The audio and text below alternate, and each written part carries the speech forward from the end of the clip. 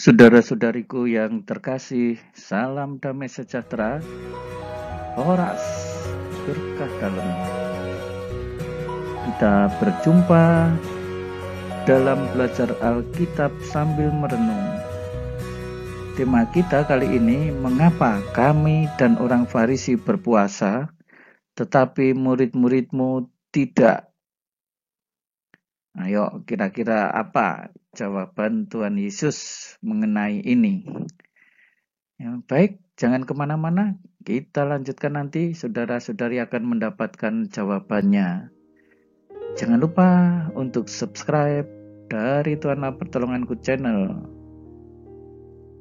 Bagikan kepada teman-teman di grup, di keluarga, dan juga di kelompok-kelompok yang saudara ikuti. Biarlah mereka juga belajar kitab suci. Ini makanannya sepiring sabda Tuhan.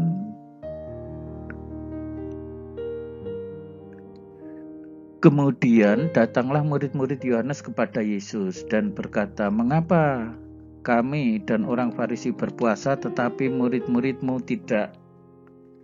Nah, saudara-saudari, kiranya ada kebiasaan pada orang-orang Farisi dan juga murid-murid Yohanes pada waktu itu, selain pada masa yang ditentukan sebagai puasa wajib, mereka mempunyai kebiasaan Senin dan hari Kamis mereka berpuasa.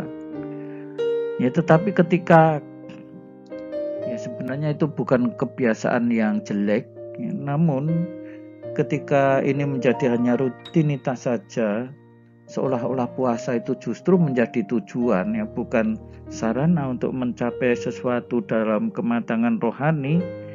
Ini tidak lebih hanya menjadi kebiasaan. Dan lama-lama kalau tidak hati-hati seperti ini, kita pun bisa menjadi hanya menjalankan rutinitas demi peraturan saja. Maka orang-orang pada waktu itu merasa heran ketika murid-murid Yesus tidak berpuasa. Tetapi sekali lagi, justru di dalam agama yang dikuasai oleh kebiasaan-kebiasaan yang hanya formalisme seperti ini, dalam menjalankan agamanya juga tidak mempunyai makna yang akan lebih mendalam. Nah, kehadiran Yesus di dalam kehidupan orang pada saat itu dimaknai sebagai tujuan. Ya, ketika yang dituju itu ada bersama-sama mereka dan puasa itu menjadi sarana untuk mempersiapkannya, maka ketika orang sudah bertemu dengan Yesus, ya mestinya tidak harus berpuasa seperti itu. Jawab Yesus, dapatkah sahabat mempelai laki-laki berduka cita selama mereka itu bersama dengan mereka? Siapa itu mempelai laki-laki? Yesus itu sendiri. Ya, jadi memang puasa ini bermakna untuk mempersiapkan kehadiran Yesus. Nah, sekarang Yesus sudah hadir sebagai penggenapan. Nanti setelah peristiwa kebangkitan, kita masih akan berpuasa lagi untuk menantikan kedatangan Yesus yang kedua. Disinilah puasa akan selalu mempunyai makna untuk mempersiapkan, dan puasa itu sendiri bukan tujuan. Yesus jelas menempatkan dirinya di atas segalanya, dan Yesus inilah yang menjadi tolok ukur kehidupan manusia.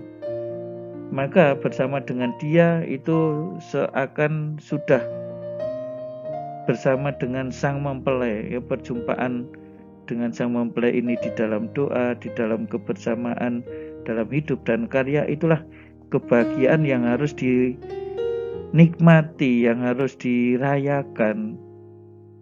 Dan itulah yang terjadi pada orang-orang pada masa itu. Nah, saudara-saudari, kita memohon ya, semoga kita semakin mengerti ya makna puasa itu apa. Jangan sampai justru puasa hanya dijadikan sebagai tujuan. Padahal puasa ini sebenarnya sarana untuk semakin mendekatkan pada Tuhan dan semakin mencintai sesama. Dengan konteks seperti ini puasa berpotensi jatuh, justru menjauhkan kita dengan sesama dan juga bahkan menjauhkan kita dengan Tuhan. Mohon semoga di masa puasa ini kita semakin diperteguh dalam iman, perjumpaan dengan Yesus, perjumpaan dengan sesama yang miskin, lemah, kecil, berkekurangan, difabel, menjadi sarana untuk mencintai Allah dan sesama. Tuhan Yesus memberkati. Jangan lupa untuk subscribe, bagikan kepada teman-teman di grup-grup dari Tuhanlah Pertolonganku channel. Berikan juga komentar saudara sebagai sharing di kolom komentar.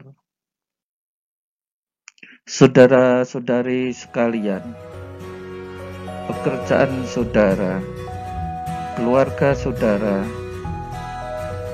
dinaungi, dibimbing, dan diberkati oleh Allah yang Maha Kuasa, Bapa dan Putera dan Roh Kudus. Amin.